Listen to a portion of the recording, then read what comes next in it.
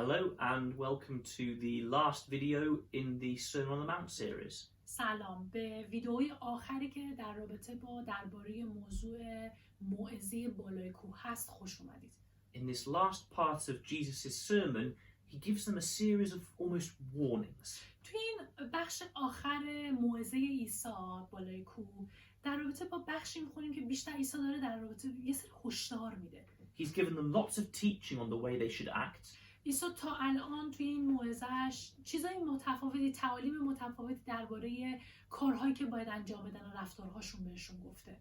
And now he finishes off with some advice and some warnings. و الان موعظه‌اش رو داره با یه سری از پندها و نصیحت‌ها و همینطور هشدارها تموم میکنه. So we're in Matthew chapter 7. متی باب 7 هستیم، صفحه 1261. And we're going to start with verses 13 and 14. و با آیات 13 و 14 شروع میکنیم.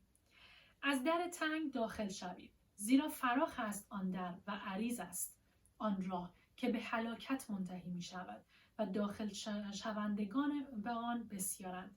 اما تنگ است آن در و سخت است آن راه که به حیات منتهی می شود و یابندگان آن کمند. So he gives us this image to think about. عیسی میاد یه تصویری رو به ما میده و ازمون میخواد که این تصویر رو تجسم کنیم و بهش فکر کنیم. There are two paths. توی این تصویر دو تا مسیر رو بهمون معرفی میکنه. One is very narrow. که یکیش واقعا باریکه. The other is very wide. و دومیش خیلی فراخ و پهنه. And the narrow path leads to a very small narrow gate.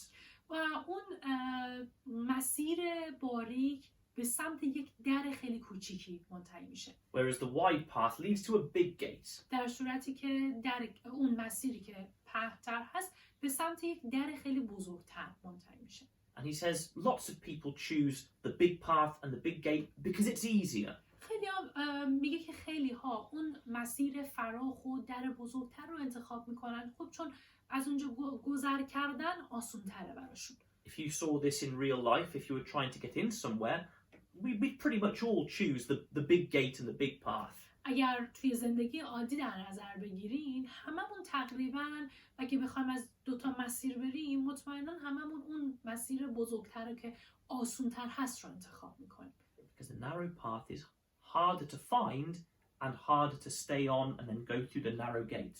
چون راه باریکتر هم پیدا کردنش سخت‌تره و هم تو مسیر موندنش و دنبال کردن اون مسیر سخت‌تر هستش. But Jesus is saying the narrow gate and narrow path lead to the kingdom.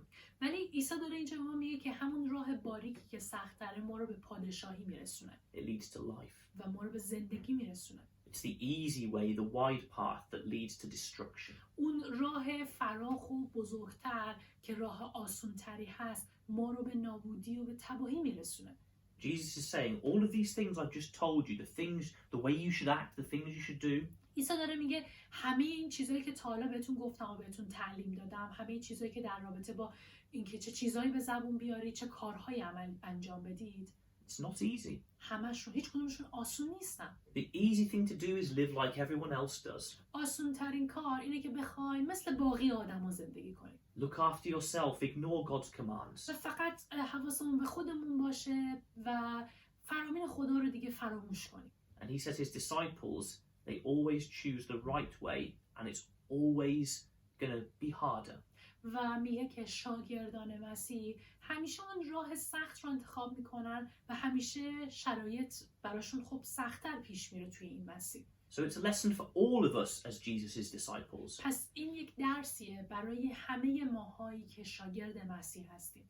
In our life we're always faced with choices. هممون تو زندگی با انتخاباتی روبرو میشیم. And we've usually got two choices, the right way or the easy way. و هممون معمولاً با این دو انتخاب روبرو میشیم، اینکه یا بخوایم راه درست رو انتخاب کنیم یا راه آسونتر رو. Because it's usually easier to do the wrong thing. همیشه آسونه بخوایم کار اشتباه رو انجام بدیم. So Jesus said, look, make the hard choice. Even if it makes your life harder, it's worth it in the end. عیسی به ما میگه که همیشه اون راه سخت‌تر رو انتخاب کن.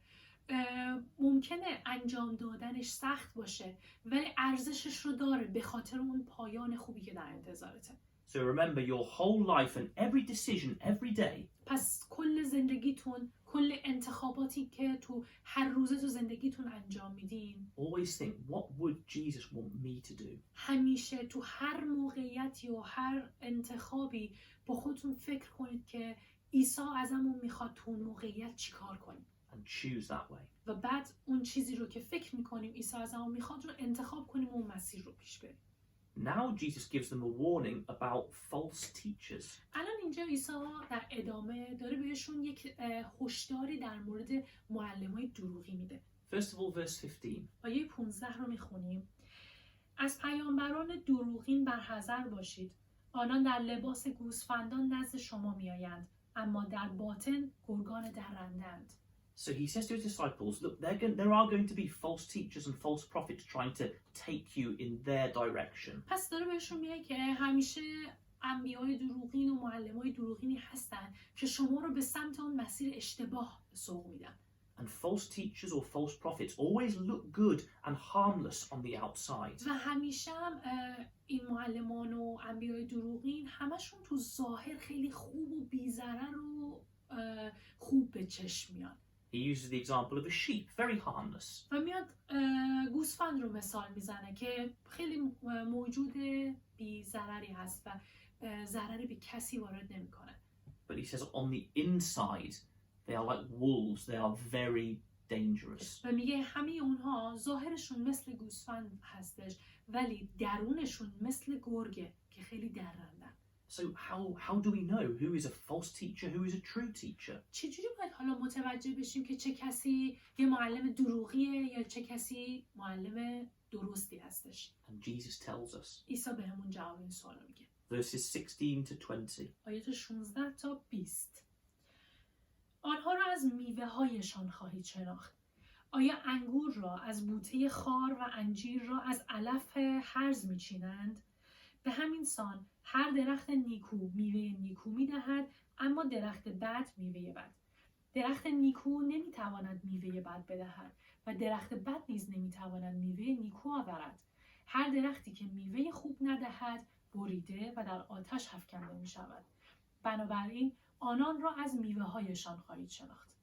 So he says to them, think about trees. پس داره بهشون میگه که به یک درخت فکر کنین. If you see a tree and it has lots of fruit hanging off which is bad, rotten, there's problems with it. اگر یه درخت رو ببینید که میوه های بد و پوسیده و خرابی ازش آویزون به این درخت هستش، then you know probably the tree is bad. There must maybe some disease on the inside. اینجوری متوجه میشین که مطمئنا اون درخت خودش یه مشکلی داره، احتمالاً یه بیماری، یه مشکلی اون درخت داره. But if you see a tree, very good leaves, good fresh fruits, اما اگه یه درختی رو ببینید که خیلی خوب هست، برگ‌های خوب و میوه‌های تر و تازه و خوبی داره، he says you know that tree will be good. و اینجوری متوجه میشه از اون میوهش که اون درخت هم خودش خوب هستش. And the trees can't hide whether they're good or bad inside. و درخت نمیتونه خوب یا بد بودن درونش رو مخفی کنه. Not really. You just have to look at their fruits and you know what they're like inside. نمیتونن اصلا درخت داخل یعنی درون خودش رو مخفی کنه و فقط با ظاهرش، اگر ظاهرش رو ببینی و محصولش رو ببینی متوجه میشی که درونش چه خبره. He says that's how you tell a false teacher. داره دقیقا میگه که همینطوری میتونیم معلمای دروغین رو هم تشخیص بدیم. The Bible uses fruit to describe people's actions, what they do, the attitudes they show. کتاب مقدس از کلمه میوه یا ثمره استفاده میکنه تا به اعمال و کردار و رفتارهای شخص اشاره کنه. If someone is bad inside, their actions will be bad, the way they treat people, the things they do. اگر کسی درونش بد باشه، اعمالش هم بد خواهد بود و رفتارش نسبت به دیگران هم بد خواهد بود. They may try and hide it, but they can't hide it forever. You'll see the things they do, how they treat people, what they say. ممکنه که تلاش کنن بدیهای خودشون رو مخفی کنن، ولی تا ابد که نمیتونن مخفی کنن. جاهایی هستش که چیزهایی میگن یا کارهایی انجام میدن که متوجه بدیش میشی. But a good person, they will be giving forth kindness, good words, love. ولی یه آدمی که درونش خوب باشه همیشه ثمره خوبی هم داره، همیشه محبت میکنه، همیشه خوبی میکنه و رفتار درستی داره. So the lesson is here for us. پس درسی که اینجا وجود داره برای هممون هست. If someone says, I'll be your teacher, I'll teach you how to follow God, I'll teach you the true way. اگه یکی بیاد بهتون بگه که من معلمتون میشم، راه درست و راه خدا رو بهتون یاد میدم، Look at their life. اول زندگی خود اون شخص رو نگاه کن. If they are serving people, they are giving themselves, they are kind, they are loving. اگر اون آدم کسیه که داره خدمت میکنه به مردم، داره زندگی خودش رو فدا میکنه، خوب و مهربون و رفتار درستی داره، It's much more likely they're a teacher you could trust. این چنین آدمی بیشتر از همه قابل اعتماده و میتونه اون حقایق خدا رو بهت تعلیم بده. But if someone is just exploiting people, taking advantage of them, being nasty or using people, you think, I don't trust that teacher. ولی اگر یه شخصی رو ببینی که بگه میخوام تعلیم خدا رو بهت بدم و میخوام راه خدا رو بهت نشون بدم، ولی سوء استفاده میکنه، رفتارهای درستی نداره، مطمئنا همه میتونیم تشخیص بدیم که اون آدم معلم درستی نیست و آدم خوبی است. You may still have to listen to the words they're saying and what they are teaching. شاید هنوز هم باید حالا به حرفهای اون شخص هم گوش بدید و ببینید که چه چیزهایی دارن به زبون میارن و چی دارن بهتون یاد میدن. We want to make sure that what people are saying, it fits in with the Bible, and we always check what people are saying with what the Bible says. و هر وقتی هم که به حرفها و تعالیم هر شخص اینطوری گوش میدیم، باید اول از همه مطمئن بشیم ببینیم چیزهایی که اون شخص داره بهمون یاد میده آیا مطابق با کتاب مقدس هست یا نه. So it's not just how people act. پس فقط رفتارهای یک شخص نیست که باید مد نظر قرار داده بشه.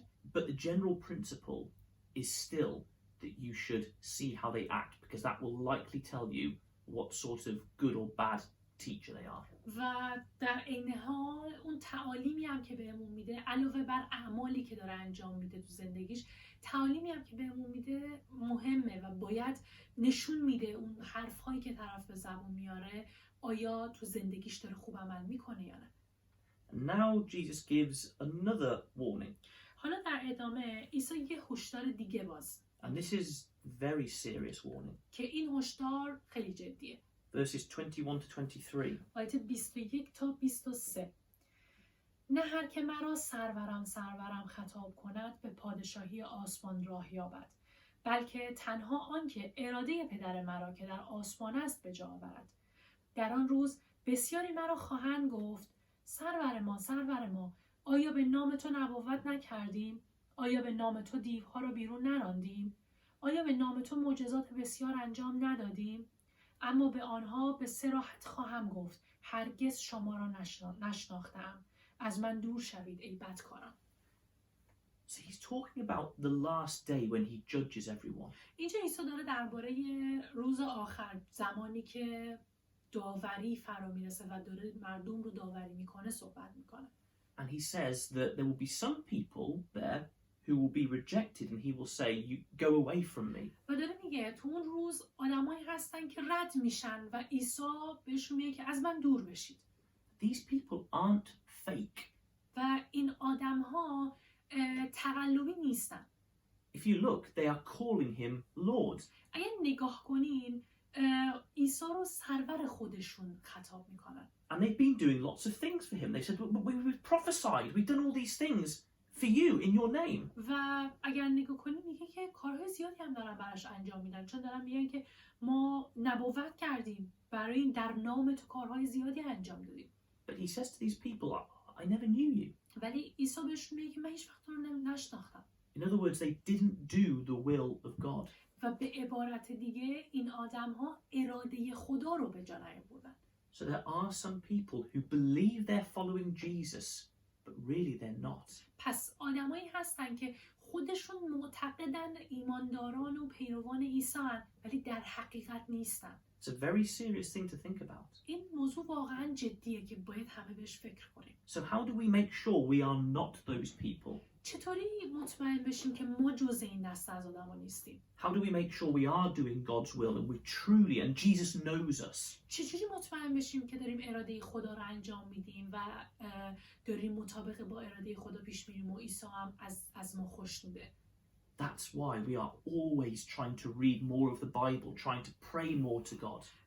به خاطر همینه که همیشه داریم کلام خدا رو میخونیم و همیشه تلاش میکنیم که دعا کنیم و بیشتر با خدا در ارتباط باشیم. We're desperately trying to understand what Jesus wants us to do, how we should be acting, how we should be living our lives.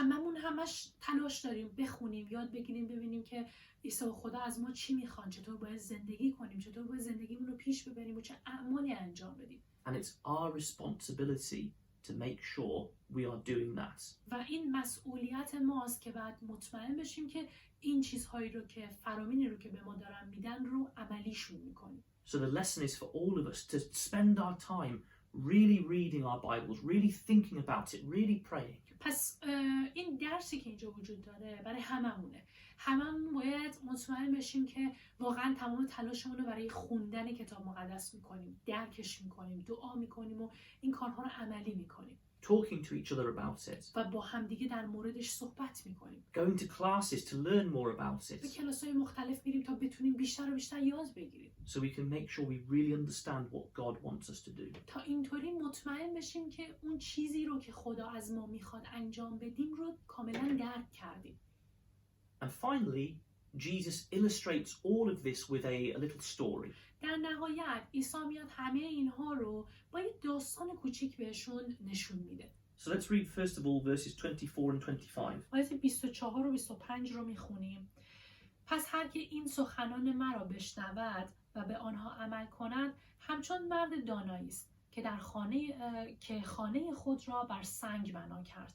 چون باران بارید و سیلها روان شد و بادها وزید و بر آن خانه زور آورد، خراب نشد زیرا بنیادش بر سنگ بود.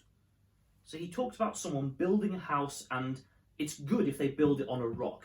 پس اینجا داره یه مثالی میزنه و در مورد کسی میگه که خونه‌ای میسازه و خونش خیلی خوبه چون بر روی یک صخره‌ای بنا شده، بر روی سنگی بنا شده. Because it's firm.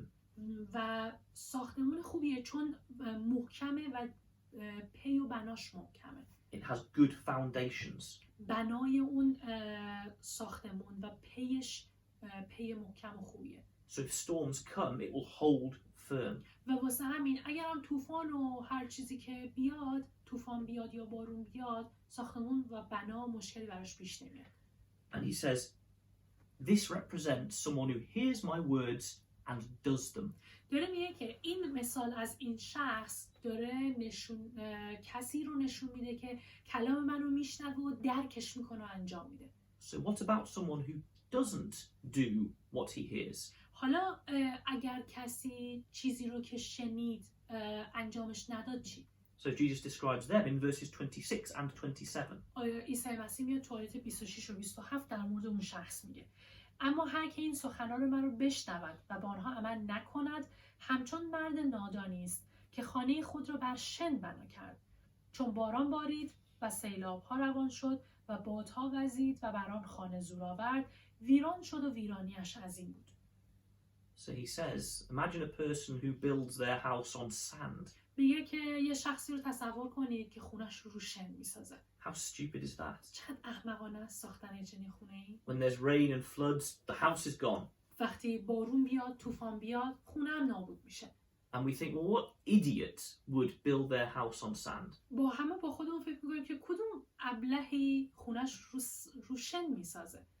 And Jesus says, anyone who hears what I say and doesn't do it. عیسی میگه که هر کسی که کلام من رو بشنوه، درکش کنه و عملیش نکنه، همین شخصه. And this is the most serious teaching of all. این تعلیمی که عیسی میده جدی ترین تعلیم هستش. I think maybe this is the 8th in the series we've done on the Sermon on the Mount. شاید این 8مین بخش از تعلیم ها باشه که توی این موعظه بالای کوه انجام شد.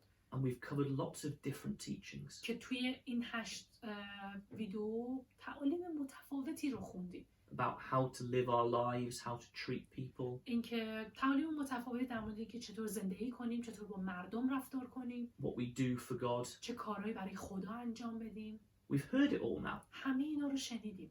Jesus says, don't just hear it, make sure you do it. عیسی به ما میگه که فقط شنونده نباشین، مطمئن بشین که عملیش هم میکنیم. If we hear it and think, oh, that's absolutely lovely, yes, we should do that. اگه فقط بشنویم و با خودمون بگیم که وای چقدر پیام خوبیه، آره باید بشنومش. But then don't do it, in reality when it comes to decisions. ولی بعد تو واقعیت وقتی که با انتخابات تو زندگی مواجه میشیم این شنیده هامون رو عملی نکنیم. And Jesus says, just like the man who built his house on the sand. عیسی داره به ما میگه که اگر این کارو نکنی دقیقاً میشی مثل اون آدمی که خونش رو بر روی شن بنا میکنه. And of course, this doesn't just apply to the Sermon on the Mount, all of Jesus' teaching. و خب این فقط هم توی این موعظه نیست، کل تعالیم عیسی شامل همین میشه. But specifically this series we've done here. ولی خب ما حالا به طور خاص داریم در مورد این سری مجموعه از تعالیم عیسی صحبت میکنیم.